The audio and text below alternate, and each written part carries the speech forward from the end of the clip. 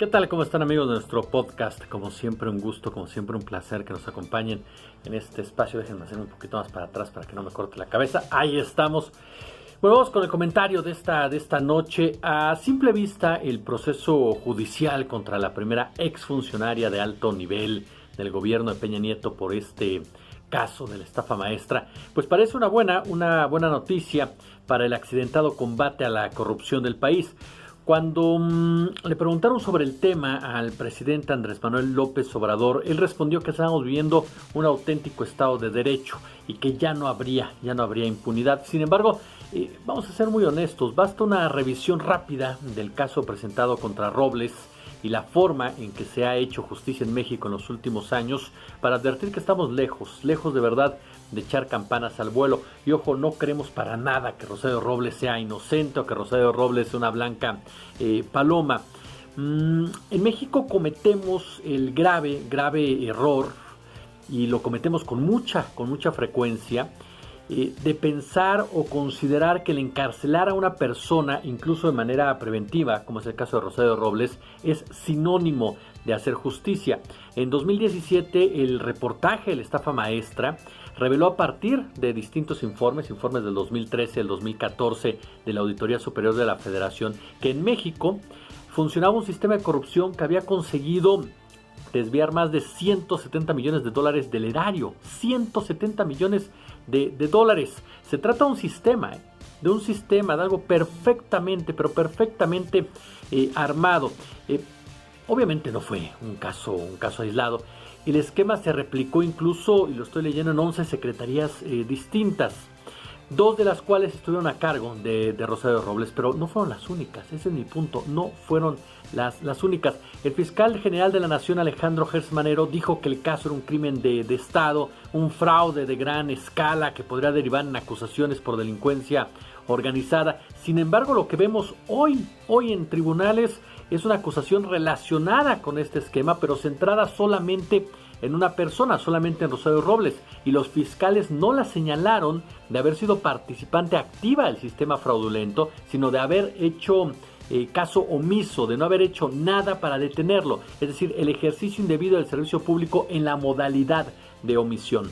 Es una omisión que sería atribuible definitivamente a cualquiera de los otros titulares de las secretarías de Estado en las que pasó lo mismo. La detención, obviamente, de una exsecretaria, pues no es un hecho común en México, aunque en el país ya hemos tenido a personajes de alto perfil encarcelados. El caso concreto de Elba Ester Gordillo, quien pasó 5 años en prisión. Pero lo que no hemos tenido en México, y es lo que tenemos que exigir al actual gobierno, porque este gobierno nos ha dicho que es diferente, es una ofensiva legal que alcance a múltiples funcionarios implicados, incluso expresidentes. Algo como lo que pasa en Sudamérica con el tema de Odebrecht, por ejemplo, ¿no? Eso es fundamental.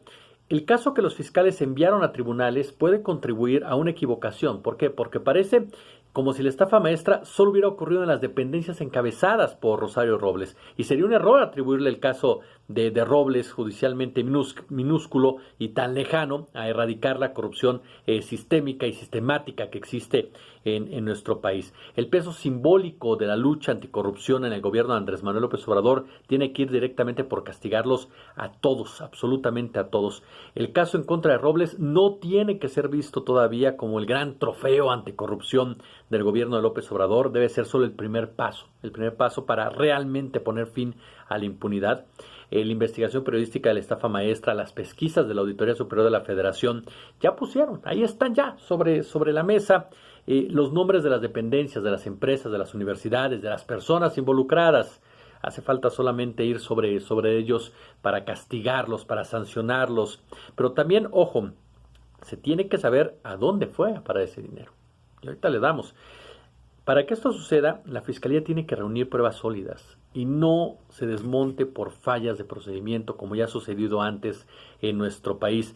En el caso contra Rosario Robles tienen que ser las pruebas las que hablen. También se debe proceder en contra de todos, absolutamente todos los implicados que ya se conocen, entre ellos exfuncionarios de las 11 dependencias involucradas, y no solamente en contra de uno, en contra de dos.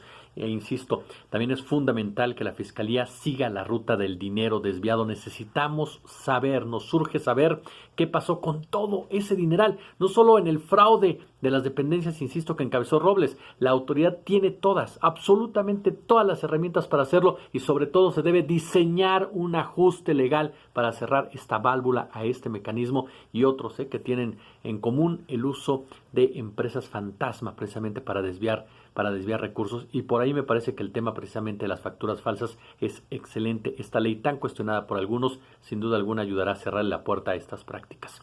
Nos escuchamos la próxima. Soy Jesús Escobar Tobar. Gracias.